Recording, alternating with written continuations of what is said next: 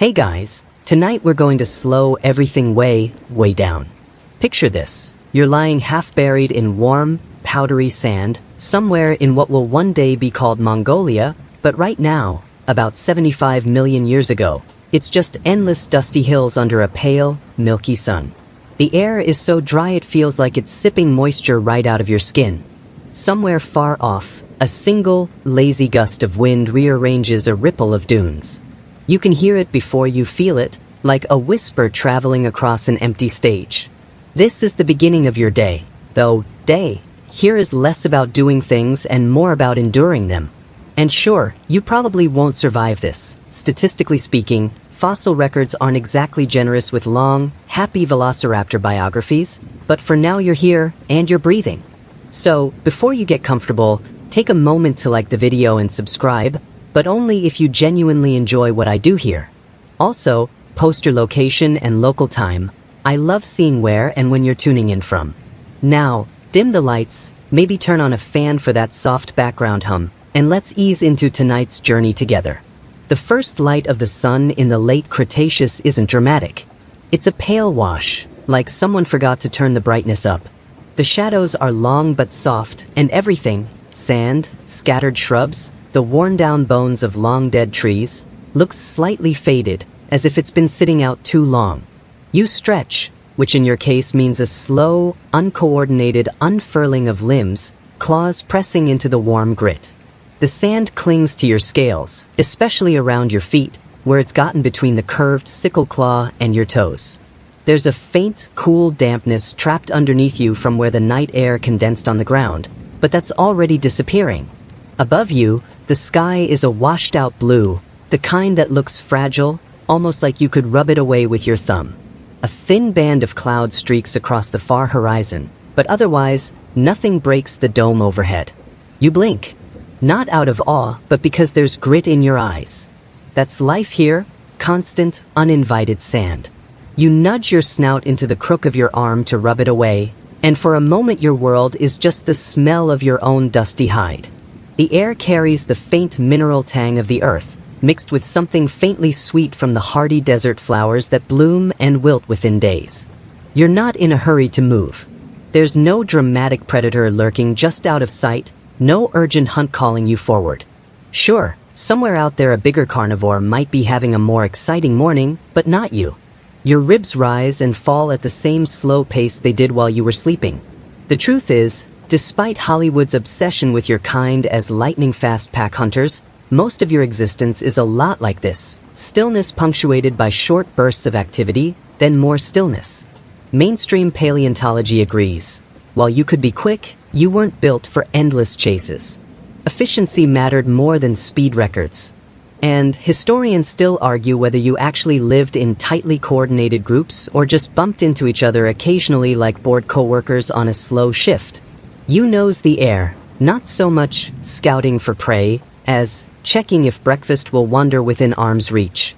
The only thing you pick up is the faint, almost metallic dryness of the wind. Somewhere behind you, a lone insect clicks its wings, a tiny percussion in an otherwise silent score. A movement in the sand catches your eye, but it's just a beetle trundling along like it's got an appointment. You watch it for a good 30 seconds, because honestly, what else is there to do? This is your dawn, measured not in minutes, but in long stretches of quiet observation. You step forward once, claws making a soft crunch in the sand, and pause. The world here doesn't rush you. The rocks that surround your shallow sleeping hollow are worn almost smooth from centuries of wind erosion, their colors muted, pale tans, soft grays, a hint of orange where the sun catches a corner. You press your side against one of them, feeling its warmth slowly build as the sunlight strengthens. Somewhere to the east, the distant outline of low hills is barely visible through the heat shimmer that's already starting to rise, even though the day has barely begun. You know, without thinking about it, that crossing that stretch will take hours, maybe all day if you even bother. And honestly, you might not. The wind shifts again, and you catch a different smell, distant, faint, but enough to suggest life. You don't react dramatically, you just tilt your head, blink again, and let the information settle somewhere in the back of your mind. Your breathing stays slow, your movements deliberate. This is the rhythm here. The late Cretaceous didn't come with alarms or schedules, just the endless cycle of light, heat, and the need to eat enough to do it all again tomorrow. You finally decide to move, not because hunger strikes like a lightning bolt, but because lying still any longer will let the sand start creeping into places you'd rather it didn't. You rise with a slow, deliberate push of your limbs, claws digging into the grit for leverage. Your tail shifts behind you, counterbalancing as you straighten. The horizon tilts into your line of sight, unchanged since yesterday and the day before that. The so-called hunt begins without ceremony. You pad forward, each step sinking slightly into the fine, loose top layer of sand. There's a faint crunch when you put weight down, a whisper of sliding grains when you lift your foot again. Your claws leave a trail that will be erased by the next strong wind, probably before sunset. The air is still cool enough that each breath feels fresh, but you can already sense the heat that's coming later.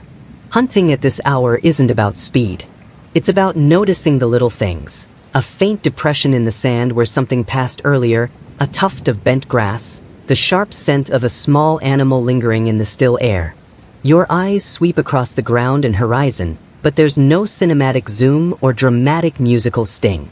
Just the slow work of gathering possibilities. Velociraptor teeth, small, serrated, efficient, aren't meant for chewing through bone like a T-Rex. They're better suited for gripping and tearing smaller prey. Mainstream paleontology paints you as an opportunist, picking off whatever fits the bill. Lizards, mammals, hatchlings of other dinosaurs. But here's the quirky bit. Fossils have been found with Protoceratops bones locked in combat with a velociraptor, as if the two died mid-struggle. Historians still argue whether that was an actual hunt gone wrong, or a random skirmish that fossilized in spectacular fashion. You follow a faint trail, two parallel lines with a drag mark between them, probably some sort of lizard.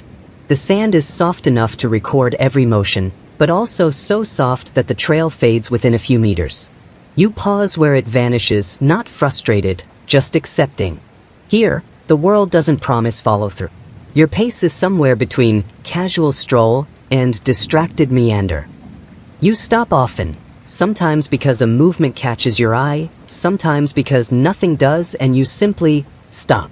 A pale green fern, stunted from the dry climate, trembles in the faintest breeze, and you watch it for a few breaths before moving on.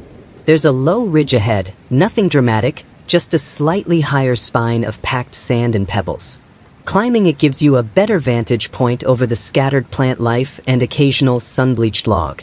From here, you can see something moving near a cluster of ferns, small, quick bursts of motion, like someone skipping stones underwater. You crouch slightly, more out of habit than necessity, and begin a slow, arcing approach. Closing the distance isn't about stealth so much as not wasting energy. You keep your head low, tail stretched out, steps measured. The ground changes texture underfoot, softer here, with more plant cover. The scent of damp earth surprises you, faint but distinct. It must be coming from a shallow water pocket nearby. The creature ahead, a lizard with a narrow snout and twitchy tail, hasn't noticed you yet. Or maybe it has, but it's gambling on you not caring enough to close the gap. Which, to be fair, is a reasonable gamble most of the time. You pause, tilt your head, and consider. Your stomach makes a faint tightening motion, more a reminder than a complaint.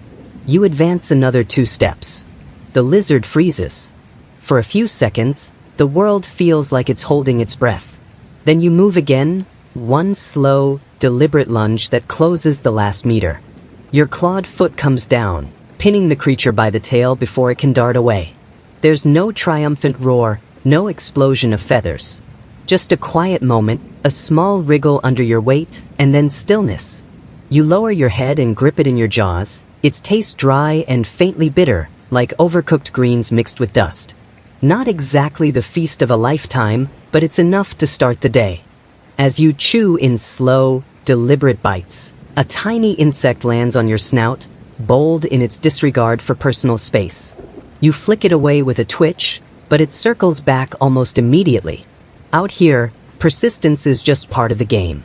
When you finish, you lick the inside of your mouth, not because it helps much, but because it's something to do before moving on.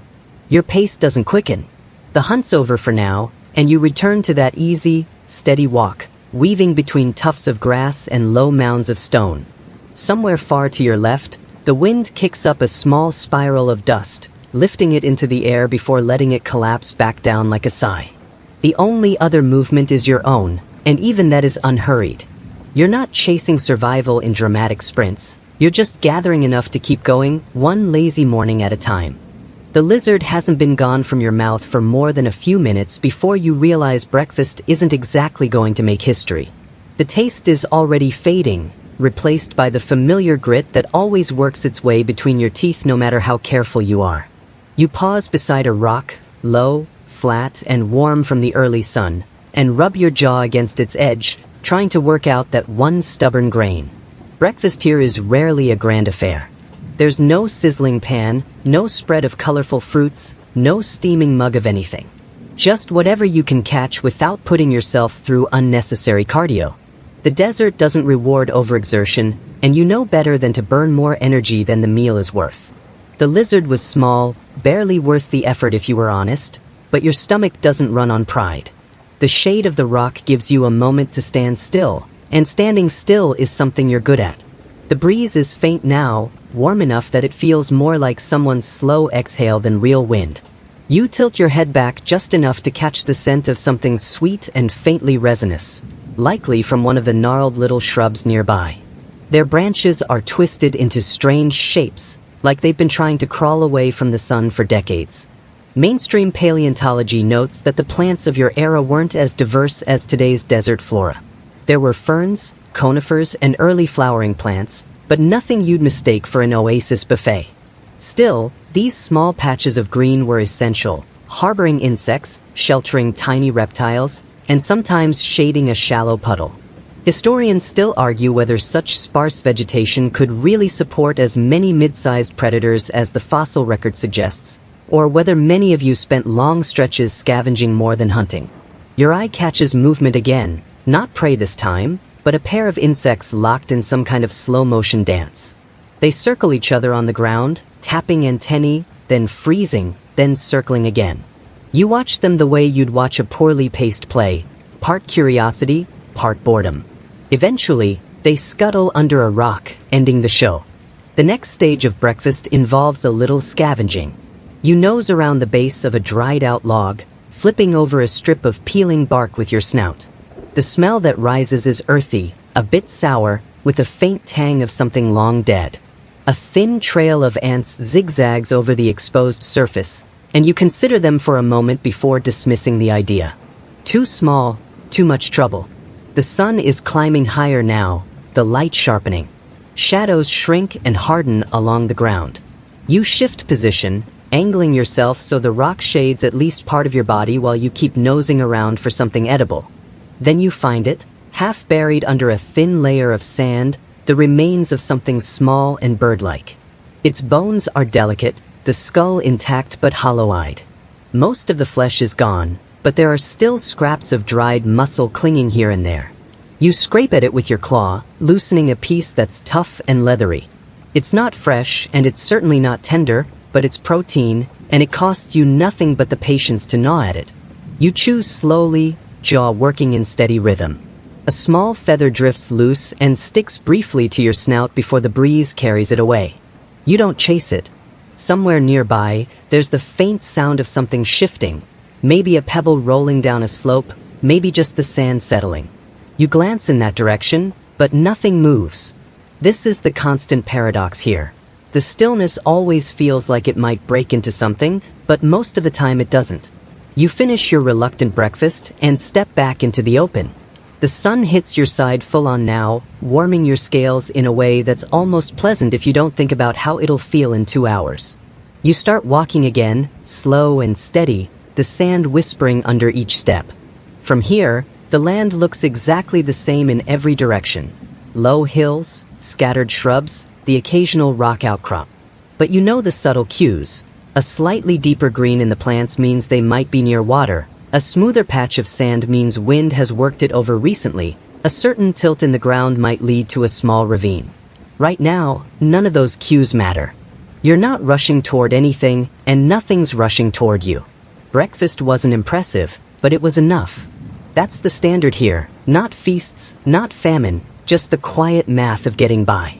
And so you keep moving, slow enough that your shadow glides alongside you like an unhurried companion, both of you just existing under the pale Cretaceous sun. The sun's already climbing toward that point where it stops feeling like a gentle nudge and starts feeling like it's pressing its full weight against you. The air loses the last trace of morning coolness. You squint, not because you're overwhelmed by the beauty of the day, but because the light is so bright it's flattening every shadow into a blinding sheet. Even the ground seems to hum with it. You slow your walk, not that you were breaking any records before, and drift toward a low stand of ferns and squat conifers. Their shade isn't deep, but it's enough to take the edge off. You duck your head beneath the outer branches, their needles brushing lightly across your snout. The smell is sharp and resinous, a welcome contrast to the dry mineral taste of the open dunes. Here, in this thin patch of cover, the air feels heavier but cooler. A faint breeze filters through the leaves above, carrying tiny flecks of dust that glitter in the sunlight like lazy sparks. You settle your weight onto your haunches, tail curling slightly around you. Hunting in this heat would be foolish. Even the insects have slowed, their wing beats slower and lazier, like they're conserving their tiny reserves. Mainstream paleontology suggests this part of Mongolia in the late Cretaceous was an arid to semi-arid environment, much like a modern scrub desert. Rain was rare, but when it came, it transformed the land briefly into something greener and more alive. Historians still argue whether the climate pushed predators like you into seasonal migration or if you simply adapted to the long, dry stretches by dialing down your activity to the bare minimum. Somewhere in the distance, a faint shimmer begins to ripple along the horizon, a mirage forming where the heat lifts and twists the light. The low hills you saw earlier look like they're melting, their edges softening and bending in impossible ways. You know better than to trust it. You've chased lakes like that before, only to find nothing but more sand and the bitter taste of disappointment. From your patch of shade, you can see a few small creatures venturing out. A mammal no bigger than a loaf of bread, nose twitching at the air, a ground bird scratching at the soil for insects. You watch them without moving because movement means heat, and heat means losing the water you worked so hard to keep in your body. A lone fly finds you. It circles your head with the persistence of something convinced you might be a meal. You snap at it half-heartedly, but it escapes, bobbing just out of reach. You glare at it with the kind of energy that says, "If you were any bigger, I might care." The ground beneath you is warm enough to seep into your muscles, loosening them. You lean your weight to one side, letting one leg stretch out fully. Your eyelids lower, not quite a nap, but close. Out here, sleep is a calculated risk. You don't fully shut down, not in the open, but you let your mind wander into that hazy place where every sound becomes part of the same slow rhythm. A gust of wind pushes through the ferns, rattling their fronds like a soft applause. The light flickers across your scales, and for a moment you think about moving deeper into the shadows, but decide against it. That would mean standing, and standing means heat again. From somewhere above, a small flock of pterosaur-like creatures drifts by, their wing beats barely audible. They're riding the same thermals you've been avoiding, their shapes shrinking quickly against the washed-out sky. You track them until they disappear entirely, then shift your gaze back to the horizon. The shimmer is stronger now, but you know it's still just the sun playing tricks. The midday lull stretches on.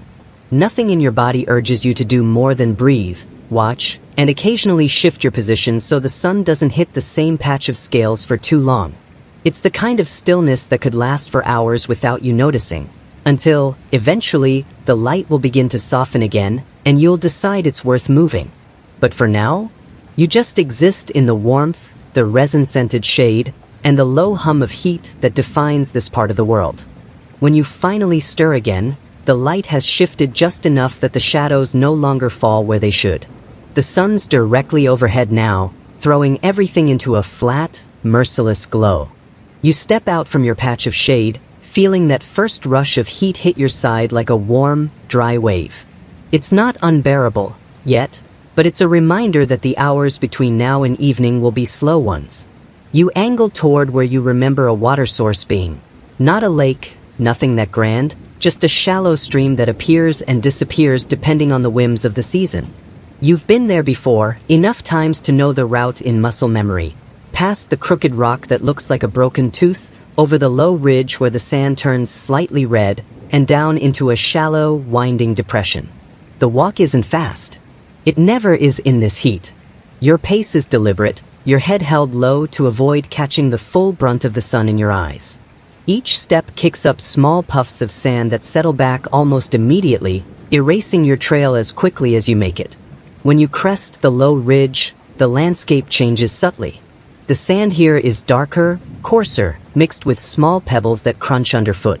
The air smells faintly different too, still dry, but with a hint of moisture somewhere ahead, just enough to keep you moving. Mainstream paleontology notes that many prehistoric animals relied on these temporary waterways for survival, their presence dictating migration patterns and seasonal behavior. Historians still argue whether smaller predators like you guarded specific water spots or simply wandered between them as needed. The stream reveals itself slowly, a faint gleam between low plants, the murmur of movement so soft you almost miss it under the constant hiss of the breeze. You step closer, and the ground begins to feel cooler beneath your feet. The air carries that unmistakable scent of damp earth, heavy and rich compared to the dust and resin of the open desert. The water is exactly as you remember it. Shallow, muddy along the edges, clear enough in the center to catch a blurry reflection of your own head when you lean down. You lower your snout, breaking the mirror, and take a slow sip. The first mouthful is warm, tasting faintly of minerals, but after a few swallows, you stop noticing. Drinking here isn't about pleasure, it's about methodically replacing what the sun's been taking from you all morning. Small fish dart away from your shadow, flickering just beneath the surface. You could snap at them if you wanted to, but you don't. Chasing them would churn up the silt, and honestly, the idea of moving that fast right now feels like more trouble than it's worth. A dragonfly schemes low over the water, its wings catching the light in quick, silvery flashes. It hovers briefly in front of you before darting away upstream. Somewhere deeper in the brush, you hear the faint rustle of something larger, probably another creature coming to drink, but you don't bother looking. If it's not charging straight at you, it's not your concern. You stand in the shallows a moment longer, letting the coolness seep up into your feet. The sensation is slow and creeping, like relief measured in degrees instead of jolts. Every so often, a ripple touches your ankle and breaks against it, tiny patterns that disappear before they're fully formed. A cloud, one of the only ones you've seen today, drifts across the sun for a brief moment, softening the light. You tilt your head, appreciating the way it dulls the glare, but you know it won't last. Already the edge of the cloud is fraying, the sunlight leaking back around it in thin, sharp beams. When you've had your fill, you step back onto the muddy bank, your feet leaving shallow impressions that fill slowly with the water you just left. You shake once, sending a faint spray of droplets onto the surrounding plants. The dragonfly has returned, hovering again, but you ignore it. There's no rush to leave. The stream will still be here later if you need it, but you drift away anyway, drawn by the vague thought that maybe, just maybe, something interesting might happen before the day leans into evening. Not that you're betting on it. Out here, interesting is a relative term. You wander along the edge of the stream for a while, letting it guide your direction without much thought. The ground here is firmer, packed with silt instead of the loose sand you've been trudging through all morning. Your steps sound different, more of a muted thud than the soft crunch of dunes. It's the kind of change you notice not because it matters much, but because out here, little differences stand out.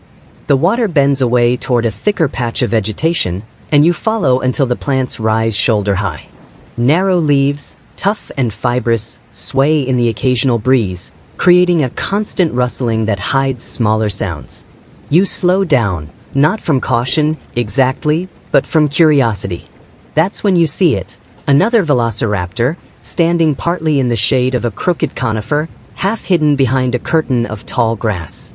Its posture mirrors yours, head tilted slightly, tail level, arms bent close to the body. The two of you lock eyes across a gap of maybe 15 paces. Nothing happens. No charge, no threat display, no sudden lunge. just a long, unblinking stare. You shift your weight from one foot to the other. They do the same. It's not aggressive, but it's not exactly friendly either. More like the kind of silent acknowledgement you give someone across a quiet street when you both realize neither of you is in the mood for conversation. Mainstream paleontology suggests that while some raptors may have cooperated, there's little direct evidence of complex social structures. Historians still argue whether interactions like this, brief, neutral encounters, were the norm, or whether most meetings between your kind ended quickly in violence or retreat. The truth probably depends on the day, the mood, and how full your stomach is.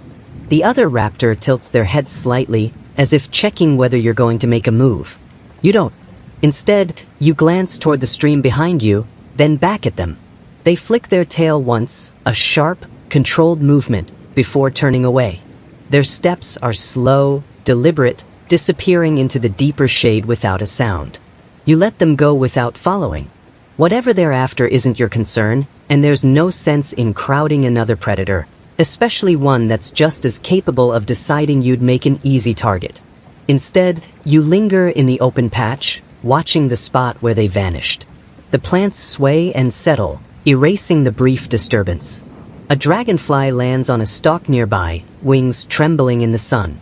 Somewhere deeper in the brush, something small scurries, but the rustling quickly fades. You step into the spot they left, half expecting to catch a whiff of their scent, and you do. It's faint, dusty, with a trace of something sharper, almost metallic. You stand there a moment, breathing it in before moving on. The stream narrows further ahead, cutting a shallow path through a bed of rounded stones. The water here is clearer, faster, making a soft, constant murmur as it slips around the rocks. You watch it for a while, eyes following the patterns where the current folds back on itself. It's mesmerizing in the same way fire is, if you had fire, which you don't, of course, but the comparison fits in a quiet, human way. The air is warmer now, but the shade along the bank offers just enough comfort to keep you from heading back into the open. You walk a little further until the plants thin and the stream spills into a shallow pool. It's rimmed with damp earth, and tiny insects hover in lazy spirals above it. You lower your head and take another slow drink, even though you're not thirsty yet. When you finish, you lift your head and let the water drip from your snout. The ripples you made spread outward until they vanish into stillness. That's when you realize how quiet it is again. No movement, no sign of the other raptor, nothing but the low hum of insects and the occasional whisper of leaves. You stand there for a long moment, not because you're waiting for anything, but because there's nowhere else you need to be. You leave the stream behind, following a line of low dunes that roll off toward the horizon. The sand here is pale, almost white in places, and the wind has carved shallow ridges into it, patterns so regular they look almost deliberate.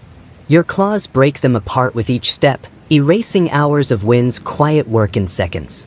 The slope of the first dune is gentle, but the climb still makes your legs ache in that dull, background way. Halfway up, you pause, not because you're tired, though you are, but because there's no urgency to keep going. The view from here is more of the same. Dunes, scattered shrubs, the occasional jut of dark rock. The sky is an unbroken blue except for a faint haze where the heat is lifting off the ground in slow, shimmering waves. Your path doesn't really have a destination. You drift toward a shallow depression where the sand is darker and more compact. A few stubborn tufts of grass cling to the edges, their blades stiff and brittle. You lower your snout and give one a slow sniff, not because you expect it to smell like much, but because it's there. It smells like dust and faintly like the stream you left behind, probably holding onto the memory of water from a recent rain. Mainstream paleontology notes that much of the Gobi region during your time wasn't pure desert, more like a patchwork of dry plains and dune fields, broken by the occasional wetter zone. Historians still argue whether these microhabitats were predictable enough for animals to navigate seasonally, or whether survival was more about wandering until you found what you needed. You step over a fallen branch, bleached, splintered, probably dragged here by wind decades ago. Its surface is rough, catching against the scales on your foot, and you give it a casual kick, sending it skittering a short distance before it lodges in the sand again. The next dune is steeper, its crest sharp against the sky. Climbing it is slow, your feet sliding back slightly with every step. The sand shifts under your weight in soft sighs, swallowing half your progress. By the time you reach the top, your breathing is deeper, slower, but you don't collapse in exhaustion. You just stand there, letting the light spill over you. From up here, you spot something that's not sand. A patch of stones, black and irregular, lying in a shallow arc. You pad toward it, curious. Up close, they're warm to the touch, absorbing more heat than the pale dunes around them. You wonder, in that vague, wordless way, how they ended up here. A long-ago eruption? A landslide from hills that don't even exist anymore? The stones don't answer. You pick one up. Well, as much as a raptor can pick up something by nudging it with your snout and rolling it slightly. The underside is cooler, faintly damp where it's been shaded from the sun. A few pale insects scatter from underneath, vanishing into the sand like they were never there. The breeze picks up again, carrying a faint hiss as it moves across the dune slopes. It tugs lightly at the few feathers you have along your arms and tail, not enough to ruffle them, just enough to remind you that the air is never completely still here. You start down the far side of the dune, the descent quicker but not careless. The sand shifts and slides under your feet, carrying you a little faster than you'd like, so you dig your claws in to steady yourself. At the bottom, the ground is firmer again, speckled with more of those stubborn grass tufts. You wander toward a patch where the grass is thicker, maybe a dozen clumps huddled together like they're conspiring to survive. You pause there, just standing, letting the faint shade fall across your feet. There's no sound except the breeze and the occasional rustle of sand as it settles into new shapes. It's not exciting. But then, out here, excitement isn't the point. The wind starts to pick up, a subtle shift at first, a lazy tug on your feathers, a soft hiss over the sand. You barely notice, really, just a gentle reminder that this place isn't as still as it looks. Then the breeze grows teeth, picking up loose grains and sending them spiraling into the air. A dust devil begins to form, twisting upward in a slow, lazy dance, as if the desert itself is stretching after a long nap. You blink against the grit as the swirling dust drifts closer. It's not fierce, more like an annoyed sigh, but it's enough to sting your eyes and settle in your nostrils. You lower your head and close your mouth, letting the storm do its thing without making a fuss. No point in fighting a force that just wants to roll by on its own schedule. The dust devil skirts around you, spinning like a slow tornado with no ambition, its edges ragged and uneven. You watch its lazy pirouette, noting the way it lifts tiny bits of sand high into the sunlit air before dropping them back down in a scattered, uneven shower. It's oddly mesmerizing, the way such chaotic movement can still feel almost bored. Mainstream paleontology acknowledges that dust storms were common in your time and place, though no velociraptor skeleton has ever been found buried under a thick layer of dune sand from one of these events. Historians still argue whether these storms affected daily behavior or were just background noise in a slow-moving life. Maybe you slowed down to wait for it to pass, maybe you ignored it entirely. The dust swirls on, brushing past your scales and clinging to your feathers in a fine, gritty coat. Your nostrils twitch as you breathe, filtering out what you can, but some grit still finds its way deeper. You flick your head once, shaking loose a few stubborn grains. Nearby, a small desert rodent darts across the open sand, its movements quick and jerky compared to your measured pace.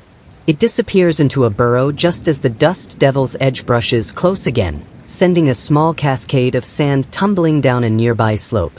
You don't react. There's no point in expending energy chasing something so fast and small. The sky above has dulled slightly, a hazy grayish hue filtering the sunlight. The heat feels different now, less sharp, more diffuse, like the storm has stolen some of the sun's punch. The wind's song grows quieter, the dust devil shrinking and wobbling, then dissolving like a forgotten thought. You straighten slowly, brushing your claws against your sides to clear the sand. Your scales feel rough under your fingers, and you lick your lips to moisten them despite the grit that still lingers. The world around you seems to settle, the quiet returning like a sigh. As the dust storm fades, the heat returns gradually, pressing down but no longer as oppressive as before. You take a slow breath, appreciating the calm after the brief chaos. No drama, no excitement, just the desert doing what it does best, moving on in its own time. The dust settles, and you find yourself drawn to a rocky alcove nestled at the base of a low cliff. The stones here are worn smooth, their edges softened by countless years of wind and sand. You step inside, grateful for the shade and the slight coolness radiating from the rock surface. The air here feels thicker, heavier, a quiet refuge from the sun's steady pressure outside. You lower yourself down, curling your limbs close and tucking your tail neatly alongside your body. The rough stone presses against your side, grounding you in this slow moment. Your eyes half close, not quite asleep, but drifting toward that hazy edge where awareness blurs. The faint sound of wind slipping past the rocks becomes a gentle white noise, lulling your senses into a calm rhythm. Mainstream paleontology agrees that sheltering in cool, shaded spots was a common strategy for dinosaurs like you to escape the harsh midday heat.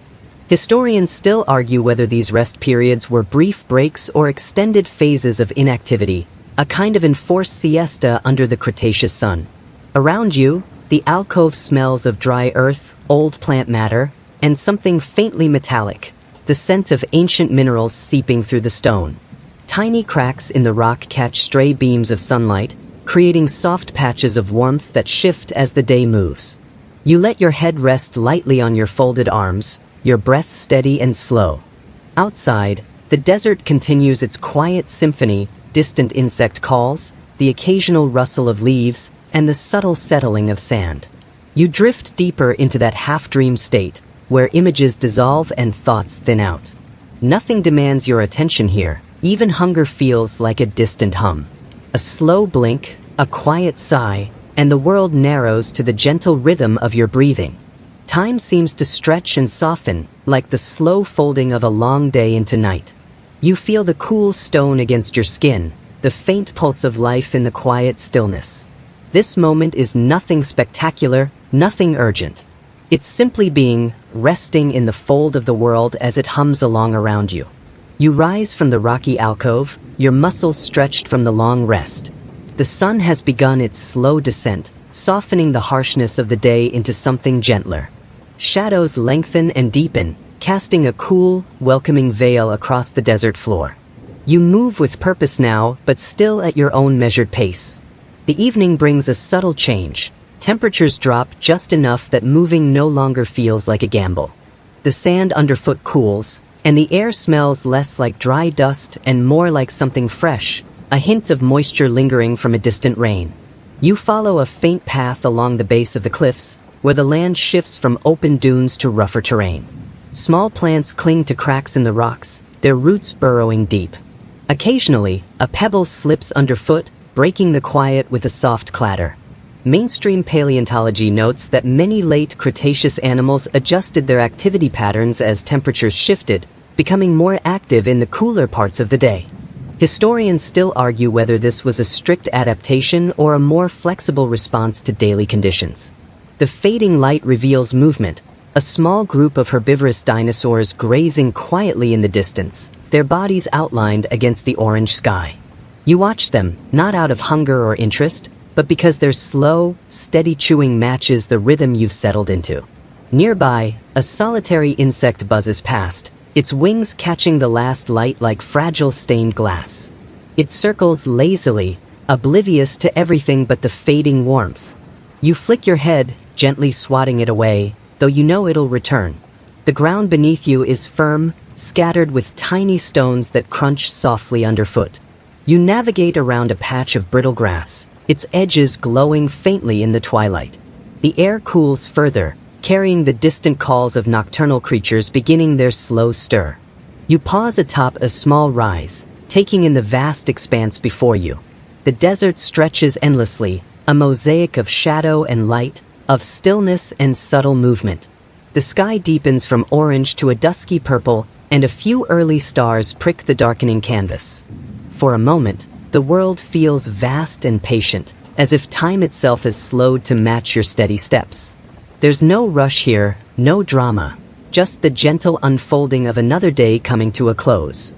The first hints of night settle softly over the landscape, bringing with them a cooler breeze that brushes your feathers and carries the scent of distant plants. The sky shifts from purple to deep navy, studded with countless stars that blink patiently above the still desert. The moon, thin and pale, hangs low on the horizon, casting a gentle glow that barely warms the chill in the air. You move steadily into the evening, the ground beneath your feet now cooler and firmer. Your claws make quiet impressions in the sand, and you feel the faint crunch of dried leaves and twigs underfoot. The world feels quieter now, but not silent. Somewhere far off, an insect hums, and the rustle of nocturnal creatures starting their rounds threads through the cool air. Mainstream paleontology points out that many dinosaurs, including your kind, may have been crepuscular or even nocturnal to avoid daytime heat and predators. Historians still argue how much your species adapted its activity to the cycles of day and night versus sticking to instinctive patterns. You pause briefly near a cluster of rocks, watching the way shadows stretch long and merge with the darkening earth. The air tastes crisp and carries a hint of moisture that wasn't there earlier, a promise of cooler hours ahead. You lower your head and sniff the air, alert but calm.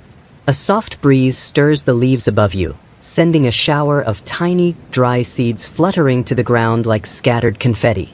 You watch as they settle, undisturbed by anything but the wind's fading song. It's a quiet spectacle, the kind that invites you to slow even more. Your eyes catch a flicker of movement nearby, a small mammal darting through the underbrush, its silhouette sharp against the moonlit sand. You don't pursue. Hunting requires energy, and tonight, you prefer to conserve what little you have left.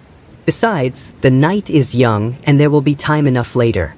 The stars above seem to twinkle a little brighter as the sky deepens, and you feel the slow, inevitable pull of rest settling into your limbs.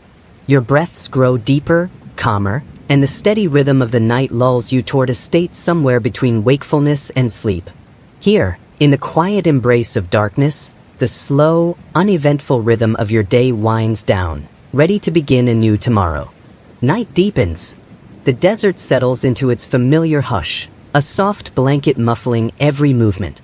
Your senses sharpen in the darkness, picking up the faintest rustle of leaves, the distant calls of creatures stirring in the shadows. The moon's glow is a pale lantern, enough to sketch shapes but never enough to fully illuminate the world. You move cautiously, each step deliberate and silent on the cool sand.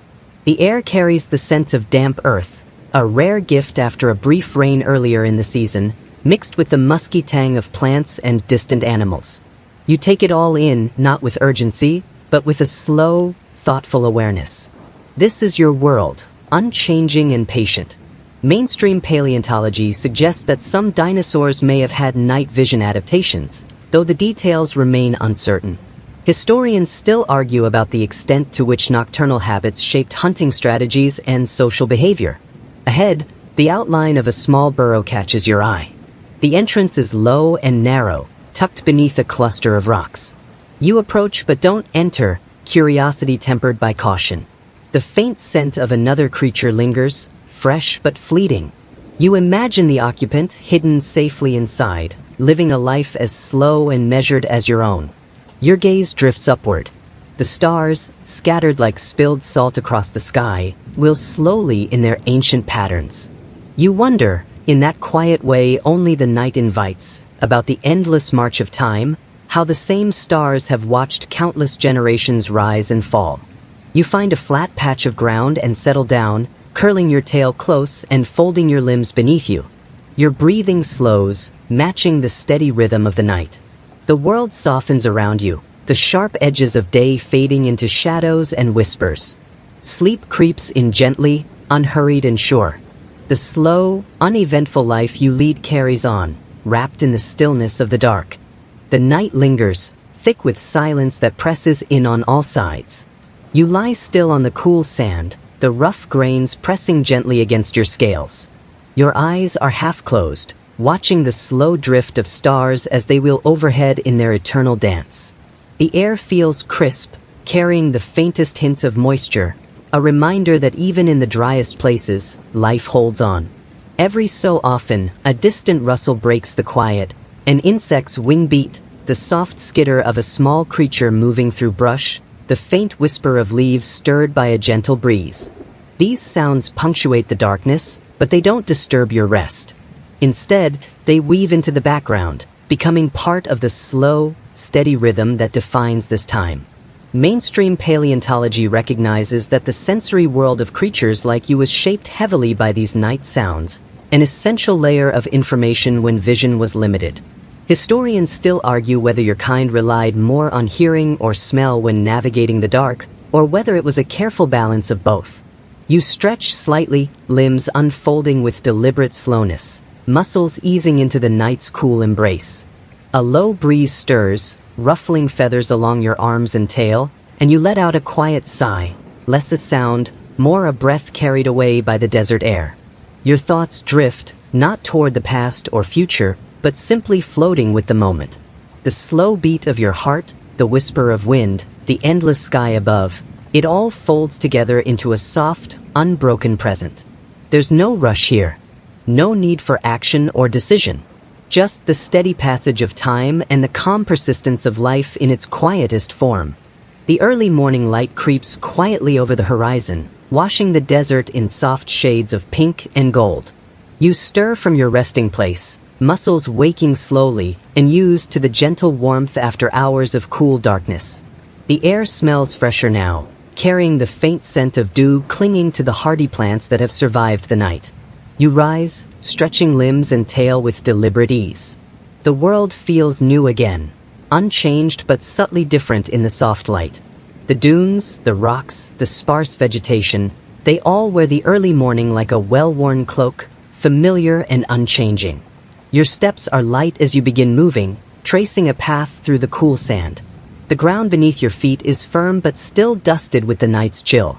A faint breeze stirs, carrying with it the distant calls of waking creatures, birds starting their morning songs, insects beginning their quiet work. Mainstream paleontology notes that many creatures of your time were crepuscular, taking advantage of dawn and dusk's tempered hours. Historians still argue how rigid these patterns were, whether you strictly followed the clock of light or moved more fluidly according to hunger and safety. You pause at a familiar outcrop where the stones are still warm from yesterday's sun. You breathe in the scent of dry earth and resin, the faint tang of ancient life held in the rocks. Somewhere nearby, a small lizard scurries across the sand, its movement sharp and quick against the soft morning haze. You watch for a moment, letting the stillness of dawn wash over you. The desert is waking slowly as you do, and there's a quiet companionship in the shared routine. The cycle continues, steady and unremarkable, marked not by grand events but by small, measured moments. With the light growing stronger, you set off again, moving into the new day with the same calm persistence that carried you through the last. The sun rises steadily now, pouring golden light across the dunes and rocks. The desert breathes under the warmth, slow and constant. You move without hurry, tail trailing softly behind you, claws pressing lightly into the sand with each step. The world feels vast and patient, the rhythm of the day unfolding as predictably as ever. You pause by a weathered boulder, its surface etched with the slow wear of wind and time. You press your snout against it, feeling the coolness beneath your scales before the sun softens its touch. Around you, the plants, tough and sparse, catch the morning light, their shadows stretching long and thin. Mainstream paleontology tells us that your kind lived in a landscape both harsh and unyielding, yet full of quiet resilience. Historians still argue whether your slow, measured existence was a matter of choice, circumstance, or survival instinct honed over millennia. As the morning stretches on, a faint breeze carries the distant calls of other creatures, small birds, insects, the rustle of leaves. You listen without expectation, letting the world's soft soundtrack settle around you. You take a slow breath, feeling the steady beat of your heart, the cool flow of air over your scales. There's no need for urgency, no reason to rush. This life, uneventful and steady, carries its own kind of meaning, the quiet persistence of simply being. The day unfolds before you like a long, gentle wave, and you move forward into it, slow and steady as ever. Now, slow your breathing. The sun's warmth fades into a gentle glow, and the vast desert quiets around you. You feel the weight of the day lift, the rhythm of your heartbeat slowing to match the soft pulse of evening. The world narrows, folding inward like a gentle sigh. The wind whispers through the dry plants, a lullaby carried on invisible wings. Your limbs relax, heavy but calm, sinking into the sand's familiar embrace. Thoughts drift like clouds, slow and light, unraveling without urgency or demand. The sky above darkens gradually, stars blinking open one by one, their ancient light soft and steady. You're wrapped in this quiet moment, a slow pause between days, where nothing moves except the gentle breath of night. The life you lead, uneventful and steady, becomes a quiet story whispered in the dark, soft, unhurried, and endless. Rest now. Let the calm carry you deeper, until your eyes close and the world fades to a peaceful black. Sweet dreams.